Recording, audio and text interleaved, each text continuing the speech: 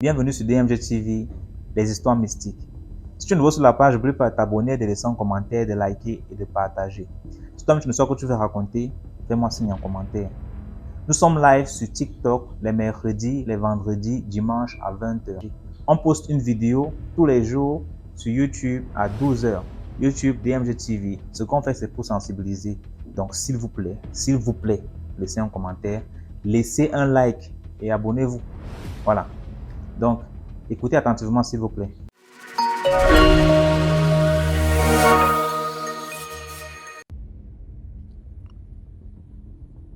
Allô, Oui, allô? bonsoir.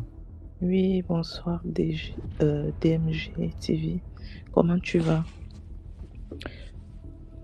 Allô? Je vais très bien et toi? Oui, je vais bien. En fait, l'histoire, déjà, je te dis merci pour tout ce que tu fais, hein, de nous Merci. donner la parole à nous autres qui ont vécu des histoires mystiques. Moi, je vais ce soir vous raconter l'histoire que moi-même j'ai vécue et qu'aujourd'hui, je me rends compte que c'était une histoire mystique. En fait, j'ai grandi. Ma mère est décédée quand j'avais 7 ans. Et vous savez, en Afrique, quand vos parents décèdent, c'est les tantes qui vous tiraient à gauche, à droite. Soit vous êtes chez telle tante, on vous envoie là-bas. Donc, moi, je suis restée avec ma grand-mère qui était très pauvre. Et mon père aussi qui n'était pas marié à ma mère. Donc, j'étais obligée d'aller à gauche, à droite. J'étais vraiment balancée de tous les sens, de tous les côtés. Donc, à l'âge de 8 ans, on m'a envoyée chez une tante au Cameroun. C'est une histoire qui s'est passée au Cameroun. À l'âge de 8 ans, j'arrive chez cette tante-là. Je connais rien. Je grandis. J'étais vraiment une fille une esclave de la maison, quoi. En fait, elle était venue me chercher en disant que je vais l'inscrire à l'école et tout, mais c'était pas vrai. Donc, j'étais une fille à tout faire de leur maison. J'étais vraiment l'esclave. Quand je vous dis esclave, c'est esclave. Je faisais tout. Alors, je grandis. À l'âge de 17 ans, le premier garçon que je vois, et puis je tombe enceinte. Quand je tombe enceinte, pendant ma grossesse, je vais chez une autre tante. Je reste là-bas pendant ma grossesse. Et au moment d'accoucher, ma tante qui m'a élevée fait les problèmes à celle qui m'a gardée pendant ma grossesse. Elle me dit non, c'est moi qui l'ai élevée, elle doit accoucher chez moi. Donc, à la veille, même quand j'avais mal au bas-ventre, vous savez, les contractions et tout, elle m'envoie chez celle qui m'a élevée. J'arrive là-bas, une semaine après, j'accouche. Je vous jure que j'ai vécu les moments les plus difficiles de ma vie. Je ne savais pas. C'est aujourd'hui que je me rends compte que quand j'ai accouché, mon enfant a été sacrifié. Donc j'accouche. C'est elle, cette femme-là, elle était avec moi à l'hôpital. Elle et moi. J'accouche bien. L'enfant commence à grandir à l'âge de 6 mois. Un jour, elle décide, elle me dit, je vais t'envoyer, tu dois aller me chercher les sous quelque part. Tout ça, ça se passe en 2003. Tu dois aller m'envoyer les sous, tu dois aller me chercher les sous chez ma fille qui vit à Limbé. Donc, tu es obligée de partir. Et puis, je n'étais pas la seule à la maison, hein. J'étais la seule qui avait un nouveau-né, un bébé de 6 mois, 7 mois. Elle me dit, tu dois aller à Limbé me chercher l'argent, ma fille doit m'envoyer là. Je dis, mais je pars avec mon bébé. Elle me dit, non, tu laisses le bébé, tu vas faire un aller-retour. Elle me donne l'argent. Aller simple. Le retour, pas de retour. Elle me dit, tu arrives là-bas, elle te remet l'argent et tu rentres. Oh my God, DMG, j'ai fait une semaine là-bas. Quand je suis arrivée là-bas, une semaine, il n'y avait pas l'argent de retour. Une semaine. Comment je fais pour rentrer? Sa fille me dit, j'ai pas l'argent, donc tu peux pas rentrer, tu vas attendre. Imaginez un bébé qui prend le sang de sa maman. Elle prend le sang de sa maman, elle ne prend pas le biberon. Elle a refusé, de toute façon, je n'avais pas les moyens pour donner le biberon à mon bébé. Donc, j'arrive là-bas, je fais une semaine, mon bébé est resté derrière. Après les une semaine, elle me sort le billet de retour, il n'y a pas l'argent. Je me dis, mais on m'a envoyé ici pour faire quoi? Pourquoi c'est moi qu'elle a choisi? Bon, je rentre, mes seins étaient gonflés. Mon bébé a passé une semaine. Je ne sais pas ce qu'on a fait de mon bébé derrière. Je rentre, je trouve mon bébé toute seule. Je dis un bébé, c'était une fille. Je trouve toute seule à la maison, il n'y a personne. Elle est bizarre. Je vais couper ça court parce que c'est une histoire très, très, très longue. Et j'étais un peu surprise. Le bébé est tout seul à la maison. Après, quelques mois après, mon bébé a fait, on appelle ça, je sais pas comment on appelle ça en français, hein. Elle a eu une crise. Je vais dire 3 semaines après, elle a fait une crise où elle est devenue toute raide. Je dis, mais qu'est-ce qui se passe? Elle pleurait toute la nuit. Après, elle a fait une crise toute raide. Après, elle est partie. Je l'amène à l'hôpital chez les sœurs. Les sœurs me disent, non, nous, on ne peut rien faire. Convulsée, voilà, merci. Donc, je dis, mais qu'est-ce que mon bébé a? J'arrive chez les sœurs disent que non, on ne peut pas toucher ton bébé. Je marchais dans tout ça toute seule. Il n'y a personne qui est venu avec moi. J'arrive à l'hôpital central. On prend en charge mon bébé, on lui met la perfusion. Quelques minutes après, elle revient, elle transpirait. J'ai fait 1 semaine à l'hôpital, personne n'est venu me rendre visite. Je suis rentrée à la maison après 1 semaine. Je ramassais les pourries bananes, je mangeais, je demandais l'argent comme une folle. Déjà, je n'avais pas de parents et je vivais dans cette maison. Et il y avait une seule copine qui est venue me rendre visite. Je rentre chez nous, où j'habitais chez ma tante. Mon bébé continue à être malade. Elle est devenue comme les bébés de l'Éthiopie, là, vous connaissez, les bébés on appelle ça malnutrition. Mon bébé elle ne mangeait pas bien, je n'avais rien. C'est comme ça, les jeunes filles se moquaient de moi. Même dans ma maison où je vivais, on se moquait de moi. Oh, ton bébé a le sida, toi, tu as le sida. J'étais vraiment très malheureuse. Après, un jour, il y a un oncle qui est arrivé chez nous comme ça. Il était de passage. Bon, comme moi, je suis originaire de Yaoundé et moi, j'étais au littoral. J'ai dit à mon oncle, là, moi, je ne peux plus continuer à vivre ici. Moi, je pars. Je suis quittée dans cette maison sans dire au revoir. Donc, apparemment, mon bébé était sacrifié. Moi, je ne savais pas. Donc, j'arrive chez nous à Yaoundé, je monte, je descends, je me bats, je me cherche et tout. On fait les trucs, la tradition. Donc, on lui remonte. Le bébé grandit comme ça. Elle grandit, mais apparemment, elle a grandi avec un truc dans elle. C'est mystique, hein, je ne voyais pas. Un jour, je suis avec elle comme ça. Moi, dans mes voyages de jeune fille, je rencontre un monsieur, un blanc. Voilà, on tombe amoureux. Moi, je voyage. Vous savez, quand on voyage comme ça, on laisse souvent les enfants derrière. Moi, je voyage, je laisse ma fille chez quelqu'un. Après, un jour, mon cousin là m'appelle, il me dit que j'ai ma tante qui est arrivée ici à la maison. Elle m'a dit que l'enfant, s'il y a un truc dans elle, l'enfant, s'il est malade. Et puis, je l'ai envoyé pour faire des prières. Et moi, je dis, mais comment tu peux envoyer mon enfant hors de Yaoundé? Tu me dis, non, on a dit que l'enfant s'y est possédé, elle a un truc sur elle, il faut qu'on la soigne, sinon ça ne va pas donner, elle ne va pas grandir. Je dis, mais attends, comment ça? Donc, dans mes énervements, je dis à mon cousin là que non, tu ne devais pas envoyer mon enfant là-bas. Moi, j'envoie quelqu'un d'autre, on récupère mon enfant. Donc, mon enfant grandit à partir de 18 ans, à l'âge de 17 ans, en 2019. Je n'étais même pas au pays. Mon enfant commence à avoir les crises. Les mêmes crises quand elle a eu, quand elle était bébé. À l'école, elle était en classe de 4e. À l'école, elle tombe à l'école. Et quand elle tombe comme ça à l'école, on m'appelle. On me dit, elle a les crises. Je dis, mais c'est quelle crise? Et en ce moment-là, je lui faisais les papiers pour nous rejoindre. Elle tombe, elle commence à avoir les crises. Chaque jour, les crises. J'ai dit, mais il y a quoi? J'étais obligée de voyager tout le temps, de partir là-bas. J'ai fait tous les examens possibles. Un seul enfant, hein, parce que je n'ai pas un autre enfant. Je fais on lui fait des examens, on a tout fait. Après, on me dit que non, on l'a fait ici, hein. Ce n'est pas l'hôpital. Maintenant, je décide d'amener mon enfant chez les prêtres exorcistes. Je vous assure. Mon enfant avait plus de 15 démons sur elle. Les choses qu'on vous raconte là. Parce qu'il y a plein de gens dans ce monde qui nient. Moi-même, je suis la preuve vivante. Je ne croyais pas ces choses-là. Je ne croyais pas en ces choses-là. Je quitte l'Europe. Je pars. Je vois comment mon enfant tombe.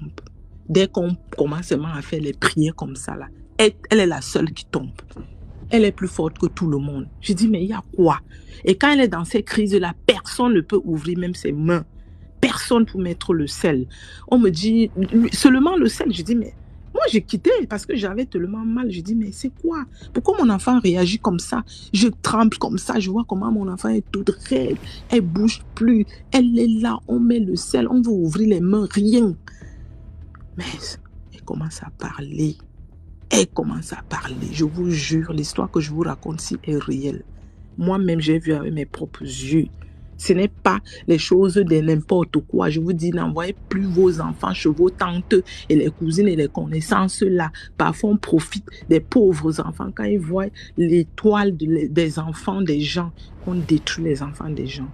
Mon enfant est décédé en 2020 d'une crise. Elle est partie jusqu'à aujourd'hui. Le seul enfant que j'avais dans ce monde.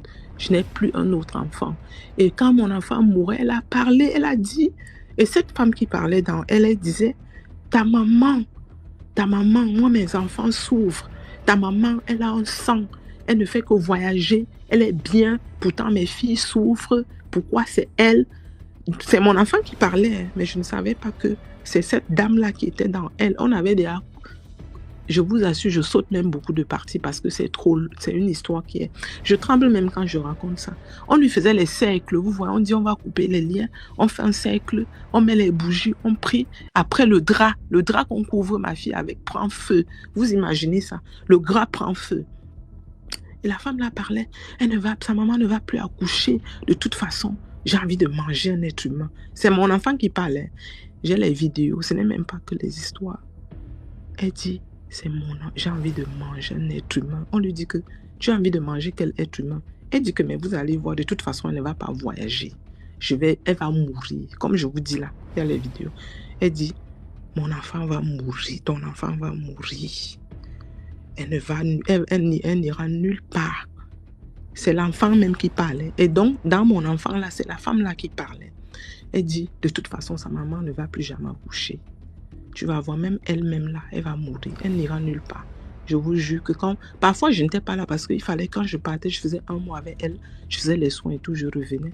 Et quand je repartais comme ça, j'arrivais là-bas, je l'amenais partout. Partout, on me disait, je partais avec elle. Donc, pendant les délivrances, alors, on l'a amenée quelque part. C'est là-bas qu'elle est décédée. Il fallait voir mon enfant, une jeune de 18 ans. Elle est morte, on disait, une vieille femme. Son cadavre était comme une vieille maman. N'envoyez plus vos enfants chez vos tantes et oncles. Ce sont les sorciers. Ils ont tué mon enfant jusqu'à aujourd'hui. Ils ont dit que je ne vais plus jamais accoucher.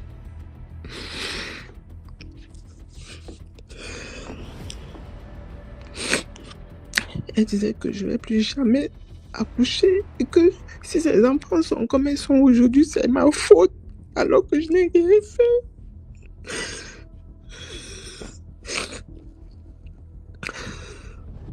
Pardon, excusez-moi. Alors que je n'ai rien fait cette fois. Alors que je n'ai rien fait à cette femme-là. Je ne sais pas ce que j'ai fait. Je ne sais pas ce que j'ai fait. Courage. Je ne sais pas ce que j'ai fait à cette famille. Ma maman est décédée. Moi, j'étais petite. On me balançait à gauche, à droite. Donc, j'arrive là-bas. Je grandis. Moi, je ne connaissais rien. Et puis, je ne suis pas la seule. Il y a une aussi fille qui tombait chez elle là-bas. Moi, je voyais. Quand je suis arrivée, je voyais cette fille-là. Elle tombait. On disait que c'est ma tante qui faisait le mal à cet enfant-là. C'était l'enfant de sa co-épouse. On me disait que... Elle tombait. Elle voyait les gens qui venaient l'attraper. Elle tombait tout le temps. Mais comme il n'y avait pas un lien de sang apparemment, sa maman a tout fait, on l'a sauvée. On l'avait enterrée 2 jours dans une tombe. Et c'est son papa qui était venu la délivrer. Mais moi, comme mon enfant avait un lien de sang avec elle, donc mon enfant était obligé de décéder. On a sacrifié mon enfant. Et mon enfant est décédé en 2020. Je vous jure que je ne dors pas la nuit. Parfois, je dors. Parfois, je rêve d'elle. Parfois, je rêve d'elle. Parfois, je suis... je sais pas. Je sais même pas comment faire. Mais je vous jure que cette histoire-là m'a traumatisée. C'est là où j'ai compris que le monde est méchant. Il y a beaucoup de gens qui nous veulent du mal. Parfois, tu nais avec ton étoile, mais les gens n'arrivent pas à détruire ton étoile. Ils se disent, bon, comme on n'arrive pas à détruire son étoile, si elle fait un enfant, oui, on va réussir sur son enfant. Donc, on a réussi sur mon enfant. Parce que moi-même, on n'a pas pu. Parce que les choses que j'ai vécues là-bas, parfois, quand je repense à ça, c'est là où je dis, ah oui, je comprends maintenant. Maintenant, je comprends pourquoi elle n'a pas réussi avec moi. Elle a dit, bon, voilà, comme je n'ai pas réussi avec elle, je vais réussir sur son enfant. N'envoyez pas, je vous jure, même si vous mourrez de faim, mourrez avec vos enfants. Moi, c'est parce que ma maman est décédée. Et puis les hommes là, quand vous faites les enfants avec vos compagnes ou vos femmes, quand vos compagnes meurent, ne laissez pas vos enfants comme ça, ne les abandonnez pas. Protégez-les. Sinon, ces enfants-là sont vulnérables. On peut tout faire avec eux. Aujourd'hui, là, moi, je ne parle pas à cette famille-là. On ne se parle pas. Même au jour, le deuil de mon enfant, j'ai chassé cette femme-là. Parce qu'elle était venue au deuil. Moi, je l'ai chassée. J'ai dit, tu ne viens pas ici. Elle n'entre pas. Et même devant ses enfants, je parle. Je n'ai pas peur d'elle. Je suis même allée, je lui ai dit ça. Je dis que tu n'entres pas ici. Je ne vois pas pourquoi tu es venue au deuil de mon enfant. Tu sais très bien ce qui s'est passé. Et elle est venue. Hein. Vous savez, les sorciers, là, quand vous avez peur de vous montrer que vous avez peur de, c'est là où ils vont encore venir en force. Il ne faut jamais montrer à un sorcier que tu as peur de lui. Voilà, c'était mon histoire pour dire aux gens, malgré, même si vous souffrez, comment rester avec vos enfants, ne les envoyez pas chez les gens. Oh ma tante, oh mon oncle, oh mon ceci. Ils profitent parce que la plupart des gens sont des sorciers. Moi, j'ai mal vécu dans sa maison. Je souffrais. J'étais l'esclave de ses enfants, l'esclave de ses petits-enfants. Aujourd'hui, comme Dieu m'a fait grâce, je me débrouille parce que j'ai voyagé pour l'étranger. Mon enfant est resté au pays, on l'a tué. Je suis seulement allée. Mon enfant est décédé, je n'étais pas là. J'ai payé le billet pour aller identifier mon enfant à la mort. Vous imaginez ça? Vous arrivez, on vous appelle que votre enfant est décédé. Vous devez voyager pour aller l'enterrer. Et dans tout ça, on se moque de toi que tu n'as pas accouché, tu es stérile. Voilà, c'était mon histoire pour dire aux gens que le mal existe dans ce monde, surtout en Afrique. Et n'envoyez plus vos enfants chez vos connaissances ou familles ou quoi que ce soit. Voilà, merci. Toutes mes condoléances, Black Panther. Merci. Dans les commentaires. Ouais. Merci pour le courage que vous prenez pour monter, raconter vos histoires. Quelque part, je sais que ça vous soulage un peu de partager cette expérience avec nous. Et nous, on vous remercie pour les conseils que vous donnez. Ça nous ouvre des yeux et tout ça. Merci beaucoup.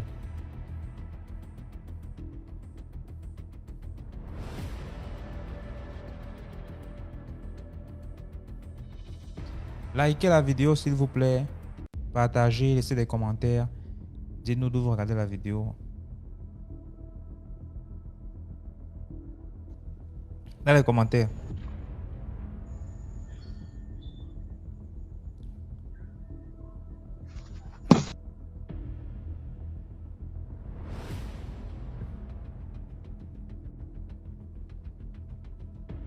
Bonsoir.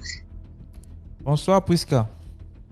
Comment allez-vous, Je DMJ? vais très bien et toi? Ouais, je vais très bien. Ok, je suis encore venue aujourd'hui avec une nouvelle histoire. Et cette histoire, c'est toujours mon vécu.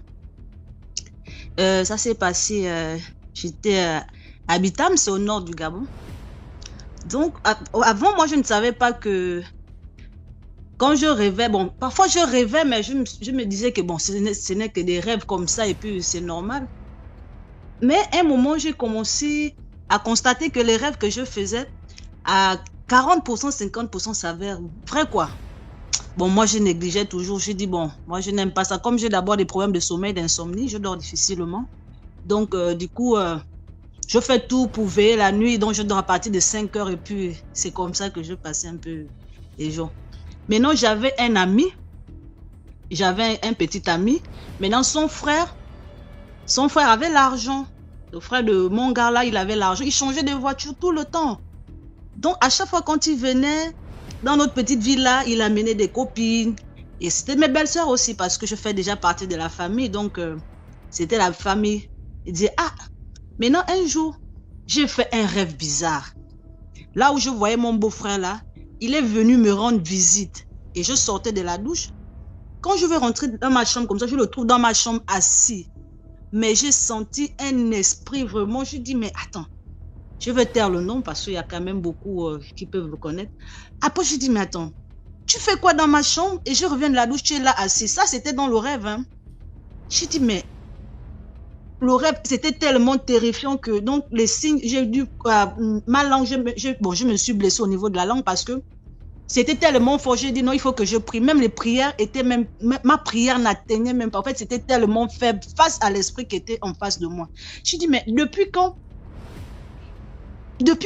Attends, au fait, je n'arrivais pas à croire, donc j'ai tout fait pour me réveiller. Mais quand je me suis réveillée, j'ai dit non, ça, c'était pas un rêve. C'était tellement réel parce que je me suis réveillée avec la blessure au niveau de la langue, parce que j'ai serré les dents contre la langue, parce que tellement l'esprit était fort. Donc, ça m'a. En fait, non, j'étais abattue. Donc, je me suis réveillée. Je suis allée cogner chez la voisine. J'ai dit non, je viens de faire un rêve bizarre sur mon beau-frère là. Elle me dit, ah, ton beau-frère là, moi, je t'ai toujours dit que non, il est bizarre, hein. J'ai dit non. Et maintenant, le lendemain, mon beau-frère là, il est revenu de Libreville.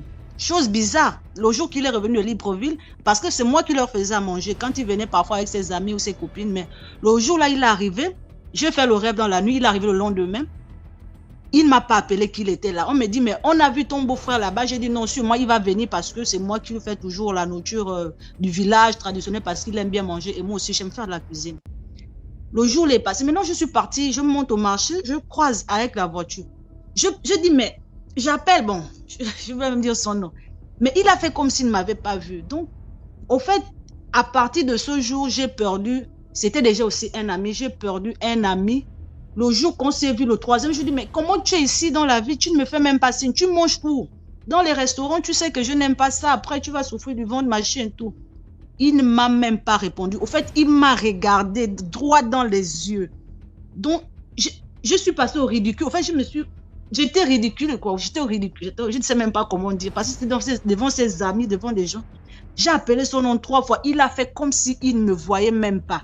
Donc, ses amis ont dit, oh, comment ça va, Prisca, machin, tu m'en salut. Mais lui, il est resté là en train de me regarder, yeux dans yeux. Il n'a pas répondu à mon bonjour. Je me suis dit que non, peut-être il a un souci, il y a quelque chose qui ne va pas avec lui. Il est reparti. Il est revenu, pareil, j'appelle même, c'est comme s'il avait même bloqué mes numéros. J'ai commencé à tiquer, j'ai dit, mais qu'est-ce qui se passe? J'appelle, il ne répond pas. À chaque moment, qu'est-ce qui se passe? Je demande aux amis, qu'est-ce qui se passe? On me dit non, il est revenu. Maintenant, après là, les vacances, je suis partie sur Libreville. Comme Dieu fait ces choses dans la petite ville, on s'est croisés. Toujours avec des amis, il était là, il ne m'a pas dit bonjour. Il me voit, je parle comme si je parlais à un mur. Il me regarde juste comme ça, les yeux dans les yeux. Ça, c'est encore répété. Après, j'ai compris que bon, peut-être il ne veut plus de ma présence. Mais après peut-être, j'ai dit, mais j'avais fait un rêve sur lui. Donc, à travers ce rêve, j'ai compris que, donc c'est comme si pour lui, j'ai découvert quelque chose chez lui. Donc, voilà pourquoi il a pris maintenant de la distance, quoi. Il a pris de la distance, alors que moi, je pensais que c'était juste un rêve que j'ai rêvé. C'est normal, j'ai l'habitude de rêver. Donc, c'était vraiment vrai le rêve qu'il avait fait, la chose qu'il voulait venir chercher chez moi, là. Donc, il a su que je l'avais vu. Et voilà pourquoi je vous dis que jusqu'à aujourd'hui, DMG, on s'est recroisés en 2014, parce que je parle là les choses de 2011. Oui, 2011, 2012. On s'est revus en 2015, 2014, 2015. Et la scène toujours habitant, mais je suis partie pendant les vacances. Je suis partie, on s'est vu, il ne m'a pas toujours salué. Il est toujours resté froid. Bon, j'ai dit, bon, à un moment donné, je ne veux pas courir derrière une personne, c'est lui-même. Et aux dernières nouvelles, même avec la fille avec qui il sortait déjà, la fille a perdu l'enfant, un enfant presque de 1 an. Elle a accouché et l'enfant est mort. Bon, et c'est une fille que je connaissais très bien. J'ai dit, bon, c'est vrai, j'ai fait un rêve sur lui, je ne peux pas rentrer dans les détails, mais je ne pouvais non plus aller dire à la fille que, le rêve que j'avais fait sur le gars en question, c'était ça, et aujourd'hui, mais, bon, en tout cas, dernière nouvelle, j'ai même laissé, j'ai dit, donc la morale, c'est quoi? Parfois, on nous envoie des informations dans des rêves. Parfois, nous ne devons pas négliger des rêves. Les rêves sont réalistes. Il y a des rêves qui sont vrais. Donc, il ne faut pas négliger ça. Donc, aujourd'hui, j'ai perdu, c'était un grand ami, c'était un frère déjà, mais qui ne m'adresse plus la parole jusqu'à aujourd'hui parce que j'avais fait juste un rêve sur lui, les intentions qu'il avait sur moi.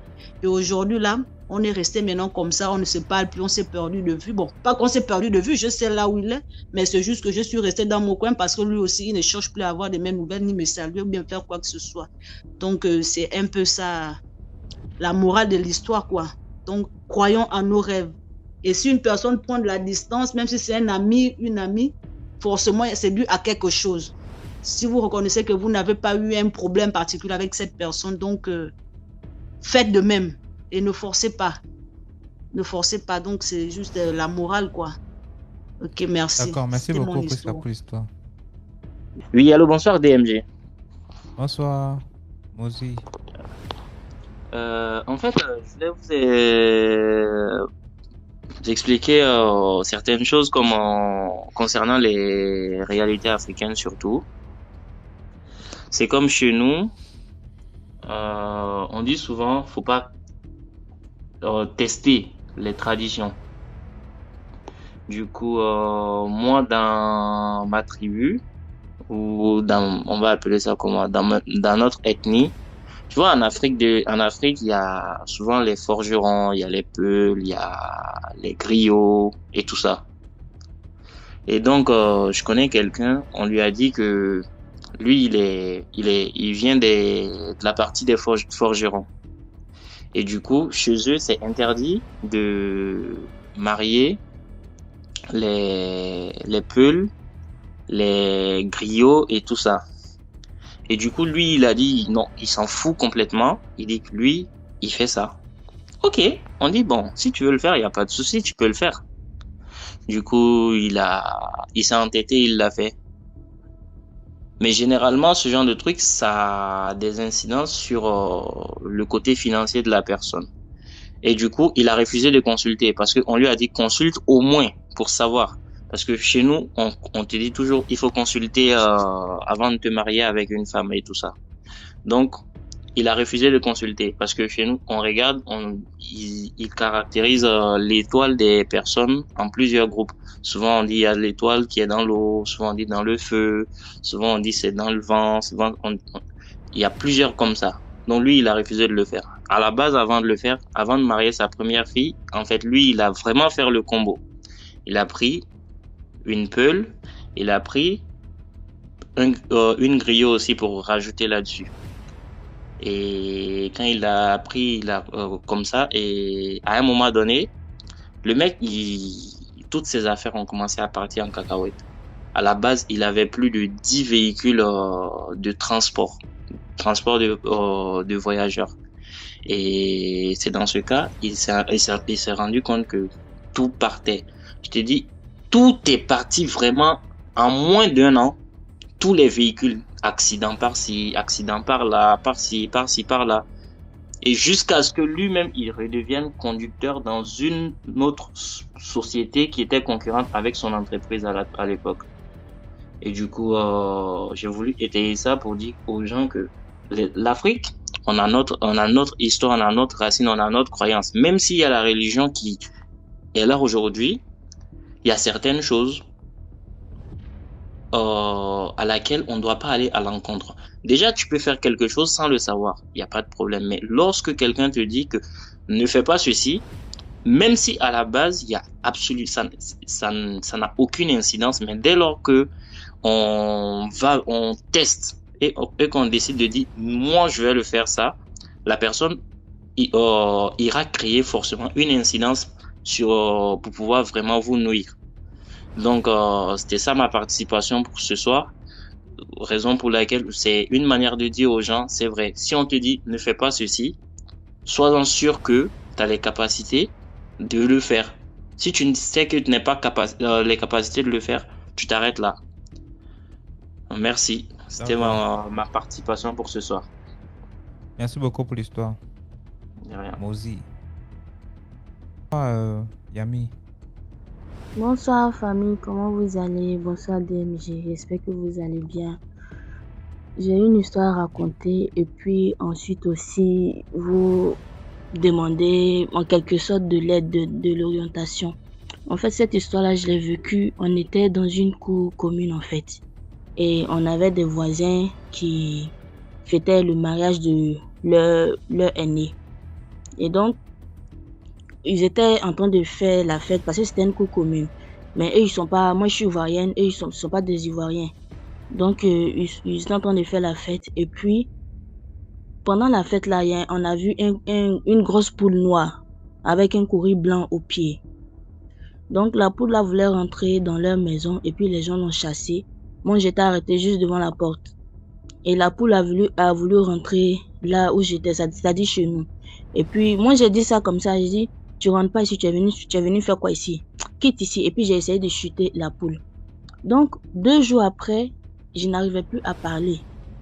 Ça a commencé d'abord comme une angine. Et après, la gorge était bloquée, j'arrivais plus à parler. Et c'est là que la dame qui faisait le mariage de sa fille là est tombée malade. Donc, comme ça n'allait pas, donc ils ont appelé au pays. Et du pays maintenant, il a été révélé que il y a quelqu'un qui était venu dans le spirituel pour venir achever la dame. Et que c'est cette dernière-là qui s'était fait en poule. Donc, elle a essayé de rentrer chez la dame, elle n'a pas pu. Donc, elle voulait rentrer dans une autre maison, en fait, pour exercer. Et comme moi, je l'ai chassée là, moi, c'était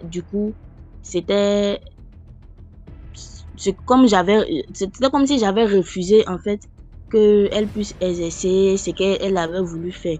Donc, du coup, moi, c'est ce que j'avais eu pour ma part. Il y a plein d'autres qui l'ont chassé, hein, et ils ont eu de la fièvre, des petits trucs, quoi. Mais c'est moi vraiment qui a eu ce problème-là. Et ce problème-là, généralement, je le rencontre presque tout le temps. Presque tout le temps. C'est pas que je fais exprès. Je sais que dans ma famille, en fait, on a ce don-là. On a ce don-là du côté spirituel, mais moi, je ne maîtrise pas, en fait. Parce que auparavant, moi, je m'y donnais pas trop à ces genres de choses-là. Je n'y croyais même pas. Je vivais des trucs comme ça. Et quand j'expliquais, à la limite, on me prenait pour une zozo, quoi. Donc, j'ai ce problème-là. Même avec la dernière fois, l'histoire que j'ai racontée avec mon ex, là, c'était le même problème. J'avais vu comme s'il devait faire un accident. Et je l'avais interpellé dessus. Et moi, je lui ai dit comme ça. Moi-même, je lui ai dit, bon, que moi, j'ai vu ça comme ça, mais je lui ai dit ça comme ça. À lui, maintenant, de partir voir des gens pour qu'on lui explique. Et c'est après ça qu'il y a eu tous les problèmes avec sa maman, en fait. Et même maintenant, avec l'homme avec qui je vis, mon mari, quand je devais voyager, je lui avais offert un rideau. Et il a mis le rideau là devant sa porte. Et du coup, il a une cousine éloignée qui était venue. Moi-même, je la connais même pas, qui était venue le voir en fait. Et elle était venue pour l'achever. Et quand elle est venue, elle s'arrêta à la porte. Elle a dit qu'il y a une barrière. Que le rideau là, c'est pas un rideau simple. Donc, elle se l'a comme ça se confesser qu'il y a une barrière. Donc, ça dit sans m'en rendre compte, moi-même là, je m'attire des problèmes sans m'en rendre compte. Donc, je sais pas. Si quelqu'un a, je sais pas, peut me situer ou bien peut me guider sur comment me tenir ou bien, c'est pas que je fais exprès, mais à chaque fois je rencontre ce genre de problème là. Soit quelqu'un peut venir vouloir faire du mal à quelqu'un, la personne me trouve, je le connais ni d'Adam ni d'Ève, et après c'est moi qui ai des problèmes, soit disant que c'est moi qui fais barrière. Donc vraiment c'est un peu ça. C'est un peu ça. Elle est pas trop longue, j'ai une autre histoire, mais après, s'il y a le temps, je pourrais monter pour raconter la deuxième histoire. Donc, c'est un peu ça mon souci en fait. Donc, s'il y a des gens qui peuvent me guider en commentaire, qui peuvent en quelque sorte, m'aider quoi. Donc, je sais pas trop. Merci beaucoup pour l'histoire, Yami, pour l'histoire. Dans les commentaires, s'il y a quelqu'un, essayez d'apporter vos contributions, s'il vous plaît. Ok, merci. Donc, je vais descendre et après, s'il y a possibilité, j'ai une autre histoire, un vécu aussi à raconter. D'accord. Bonsoir DMG. Alors, je voulais juste faire une petite précision à toutes ces personnes-là qui sont dans les commentaires. Vraiment, les amis, c'est pas déjà facile si quelqu'un monte pour raconter son histoire. Donc, de grâce, et éviter certains commentaires qui blessent. Parce qu'avec l'histoire de Marianne, franchement, ça nous a touchés et vraiment que les commentaires qui vont à son endroit, c'est assurer les commentaires pour l'aider. Donc, évitons certains commentaires qui blessent. Alors, l'histoire que je vais raconter... Allô? Oui, te suis, tonton. Mon histoire que je vais raconter, c'est un vécu et ça date sur plusieurs années, au fait. Alors, c'est une histoire de boulot tentée par la sorcellerie qui n'a pas marché. Et Dieu merci pour moi, je n'ai pas écopé minimum 10 ans de prison. Alors, je bossais dans une structure gouvernementale dans le secteur loisirs et autres.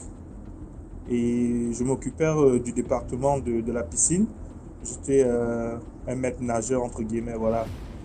Et auparavant, je venais juste dans cette structure-là m'amuser avec les amis auxquels j'étais rentré en contact avec le maître nageur de cette région-là. C'était pratiquement dans la région de l'Ouest. Alors, quelques temps après, j'apprends que ce maître nageur est décédé d'une mort mystique. Voilà, et lorsque j'ai demandé, on m'a fait comprendre qu'il a eu cirrhose de froid. Voilà, il est décédé comme ça, rien. Alors, une fois que je vais aux vacances, je me rends dans ce centre pour m'amuser. C'est d'où, puisqu'ils étaient deux maîtres nageurs, c'est d'où son premier collègue, Mike, je vais éviter son nom. Il me demande, mais tu fais quoi, champion? Je dis, non, je suis maintenant dans l'Ouest, je vais faire l'université et tout. Il me dit, bon, tu peux venir travailler comme on te connaît depuis longtemps. Je dis, d'accord. Alors, c'est d'où j'accepte de bosser avec cette compagnie. Et la dame qui est la directrice m'engage, voilà, je bosse avec le gars. Alors, au fil des mois, c'est du genre, tu dois venir le lundi, puisque le lundi était les jours fériés. Il y avait une sorte de réunion qu'on faisait, le genre des réunions, on dit, on fait la prière, on rend grâce à Dieu, on demande l'aide à Dieu pour que le client arrive. Bon, les premiers qui arrivaient, ça c'est moi, j'étais toujours derrière. Alors, à la période de fête, mon collègue m'appelle, me fait comprendre que, d'accord, comme nous sommes le 24, lui il va sortir et moi je vais prendre la relève le 25. Je dis d'accord, donc je vais travailler en plein temps le 24. Et quand tu reviens le 25, je travaille le matin et tu reviens dans l'après-midi, moi je reviens le 27. C'était un arrangement entre collègues. Il n'y a pas de souci. Alors, nous restons la période du 24 dans l'après-midi autour de 16h lorsque mon collègue arrive. Je suis sur le point de partir. Mais je me rends compte, avec mon sac sur le dos, je me rends compte que voilà, il y a quelque chose qui me demande de ne pas partir. Et subitement, je me tourne, je regarde dans la piscine. Il y a un monsieur qui est sous l'eau avec des amis, ils étaient au nombre de 6. C'est-à-dire 3 garçons, je crois combien, voilà, c'était un garçon qui était venu avec des filles. Il est sous l'eau, je me tourne, je suis en train de causer avec mon camarade, mon collègue, je dis, mais champion, le monsieur qui est sous l'eau là, est-ce que tu crois qu'il dit que, faut le laisser. Enfin, il a banalisé quoi. Alors je dis d'accord. Quand je me tourne pour marquer le premier pas et repartir, je me rends compte que le monsieur a la même position sous l'eau. Je dis, Mike, va regarder ce monsieur-là de près. C'est d'où maintenant il accourt vers le monsieur, il saute, il plonge dans l'eau, il fait sortir le monsieur. Le gars était déjà parti. C'est-à-dire, le corps était raide. C'était tendu, au fait, des jambes, les bras tendus, voilà. C'est d'où maintenant j'ai commencé à faire les premiers secours, le bouche à bouche et tout. Je commence par toucher le monsieur, j'ai prié avant de toucher le monsieur, voilà, je l'ai tapoté, j'ai dit, c'est pas sur ma main, tu vas mourir, il faut te lever, c'est pas ici, tu vas venir perdre ta vie. Voilà, j'ai giflé le monsieur, tapé sa poitrine. Au lieu que le monsieur, en principe, vomit de l'eau, ce garçon a vomi plus de la nourriture. Oui, il a vomi de la nourriture, mais on était tous étonnés. Alors j'ai demandé pendant ce temps, la directrice de cette entreprise ne s'est pas rendue sur les lieux, c'est-à-dire elle est restée au sommet là, regarder tout ce qui se passe, pendant qu'on dit qu'il y a Ken là qui est en train de sauver quelqu'un qui veut se noyer. Dès que le gars s'est réveillé, je dis, mon frère, tu sais d'où tu es? Il me dit, non, je ne sais pas d'où tu es. Il dit, d'accord, regarde mon doigt. Le gars regardait le doigt, dès que j'ai vu les yeux qui ne tournaient pas de gauche à droite, je lui ai appliqué un coup de gifle avec la main droite. Dès que le gars est revenu, il m'a fait comprendre que sa poitrine chauffe. J'ai dit que si ta poitrine chauffe, sûrement peut-être c'est parce qu'il y a de l'eau que tu as pris qui est rentrée dans la poitrine. Mais je te donne un conseil. à l'hôpital, ne demande pas qu'on te mette des sondes dans la bouche, dans les narines, un truc comme ça là. Pour soi-disant, on va extraire de l'eau qui est descendue dans la poitrine ou bien je ne sais même pas si l'eau entre dans la poitrine. Alors, une fois, ils sont arrivés avec le véhicule de la compagnie, ils ont ramené le type à l'hôpital qui se trouvait pas loin de la ville. J'ai couru sous la pluie pour me rendre à l'hôpital. Alors, une fois à l'hôpital, je voulais savoir exactement ce qui se passait. Quand je suis rentré, j'étais devenu l'ennemi de l'entreprise. Les gens me voyaient différemment, voilà, c'est-à-dire l'amitié que j'avais avec mes collègues, ça avait changé. Donc moi, je savais pas que c'était comme ça ma tombe que je créais, que j'avais creusé, quoi. Alors, quelques temps après, je me rends compte que, voilà, même avec l'amitié avec mon collègue avait changé.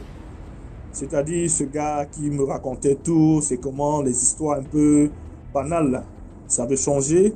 La directrice elle-même, elle a trouvé une autre technique. Voilà, il faudrait que je vienne chez elle, prendre quelques repas. Je passe comme j'étais célibataire, j'étais encore tout jeune. Il faut que tu rentres, tu viens, tu prends la nourriture, tu rentres chez toi, tu manges, voilà. Si tu as de temps, après ton boulot, tu peux passer à la maison parce qu'elle vivait dans l'entreprise, quoi. Ça me disait absolument rien parce qu'il y avait des jeunes filles dans la ville, voilà. Comment est-ce que je vais laisser les jeunes filles aller? Je ne sais pas pourquoi je me comportais de la sorte à l'époque là. Alors, quelques temps après, je suis resté à la maison. Il y a toute une histoire qui s'est organisée. Et vous savez, dans les lieux publics, j'ai créé mes propres contacts avec des amis et je n'arrivais pas à comprendre pourquoi est-ce que même avec l'effort que j'ai fait dans cette entreprise, je ne suis pas respecté. Parce qu'à chaque fin d'année, il y avait un décès dans cette entreprise-là. C'est-à-dire des gars, des mecs qui venaient s'amuser. On te dit un étudiant qui fait niveau 3, qui est en niveau de licence, il vient, il décède à chaque fin d'année. Alors, je ne sais pas si c'est parce que j'étais là cette année que ça ne s'est pas passé ainsi. Voilà, une histoire m'est tombée du coup, une histoire imaginaire. Voilà, je suis resté à la maison. Voilà, c'est la police qui arrive. On dit on veut mener une investigation sur moi. J'ai dit, mais qu'est-ce qui se passe? Comment? On dit, non, monsieur, vous prenez les clients de l'entreprise pour les amener dans notre entreprise. J'ai dit, mais non, ça n'a pas de rapport. Parce que Dieu merci, il y avait une autre entreprise auquel mon collègue et moi, je l'avais dit que d'accord, champion. Il y a une structure qui vient d'ouvrir là. Nous pouvons bosser là-bas dans la nuit et bosser ici là dans la journée. Nous avons monté les dossiers tout ensemble. On a déposé dans notre entreprise. On m'a recruté. Alors, j'étais recruté là-bas comme caissier, c'est-à-dire c'est l'argent des entrées, c'est moi qui récupérais. Et on a refusé mon ami. Ça veut dire que j'avais 2 salaires. Je travaillais dans un truc et dans l'autre le soir. Alors, je ne sais pas si c'était une jalousie, bien un truc comme ça. La police est arrivée chez moi, ils ont ramassé tout. En principe, il y avait un téléviseur de l'entreprise qui ne fonctionnait plus. La dame m'a dit, mon fils, tiens, tu peux porter cet écran, tu l'arranges, tu utilises. Mais je ne savais pas qu'on devait prendre ça comme comment je peux dire, ils ont dit quoi Un point de contact. au parquet, ils ont dit. Oui, voilà. Non, ils ont dit un mot au tribunal. Détournement des biens publics. Ok. Tu as volé le truc. Parce que le procureur m'a demandé si j'ai une note que c'est la dame qui m'avait donnée et la dame a complètement nié. Alors le procureur général m'a dit, mon fils, c'est toi qui me reçois souvent quand j'arrive pour m'amuser, quand j'ai mal au dos. J'ai dit que je comprends rien. Il fait donc appel à cette dame, elle n'arrive même pas, elle envoie notre chef du personnel, il est décédé, entre guillemets, il y a quelques mois. On m'a juste informé. Le monsieur dit que la dame m'a dit qu'elle ne veut rien entendre, qu'il aille en prison, soit il paie une somme de 500 000. Mon frère, je n'ai pas fait presque 1 an dans cette entreprise. Je n'ai pas un bénéfice de 300 000, même pas un bénéfice de 300 000. On me payait 35 000, champion. 35 000 chaque fin du mois. Et il fallait qu'on paie, c'est-à-dire sur 2 mois, on paie 1 mois. Mais ce monsieur, le procureur général m'a demandé, mais comment est-ce que la dame là te demande une forte somme d'argent? En tout cas, va chercher. DMG, ça a été vraiment très difficile. J'étais incarcéré, voilà, j'étais mis comment on dit, avant d'aller en prison, là, on t'envoie quelque part, là, on appelle ça en garde à vue. Je suis allé en garde à vue, voilà, on a bossé, les amis m'ont dit que non, ça c'est pas simple. Ils sont allés, ils ont dit que non, sûrement, c'est parce que toutes les conditions de la secte qu'on m'avait proposé, pas proposé, on avait mis devant moi, j'ai trouvé toujours un moyen, voilà, de contourner. Et plus encore, je suis venu mettre du sel dans le business des gens. Alors, l'idée de cette histoire que je raconte pour les amis ici, c'est décembre. Je vous en prie, évitez, peu importe où vous travaillez, de prendre ou de recevoir un matériel venant du directeur, je ne sais pas de quoi, sans un mot écrit. Je vous en prie. Rassurez-vous que tout ce que vous prenez ou on vous donne par main, rassurez-vous qu'elle n'est pas écrite. Voilà, c'est un peu la morale de l'histoire. Merci beaucoup, Ken, pour l'histoire et pour le conseil aussi. Merci. Allez, passez une bonne soirée. Allez, commente. Allez, commentez. Toujours prendre une note. Ok, moi, tel boss de tel donne cette télévision à tel. Ah ouais, c'est très important. Le message est bon. Hello, bonsoir tout le monde. Bonsoir DMG. Bonsoir, Queen. En fait, je viens juste pour rebondir par rapport à Ken, c'est ça? Celui qui est passé juste avant. À son histoire. C'est ça. Ok. En fait, il a empêché leur sacrifice annuel. Parce qu'il a dit que dans chaque année, il y avait quelqu'un qui mourait en fait dans l'entreprise. Et lui, en sauvant cette personne, parce que c'est après ça qu'il a commencé à avoir ses problèmes, en sauvant cette personne, il allait à l'encontre de ce qui devait se passer. En fait, il a empêché la mort, donc leur sacrifice. Donc tout s'est retourné contre lui, quoi, tout simplement. Voilà. Et le conseil qu'il a donné, effectivement, qu'il ne faut pas prendre des éléments de ton entreprise sans un document officiel, franchement, ça c'est un truc, voilà, il faut absolument le faire.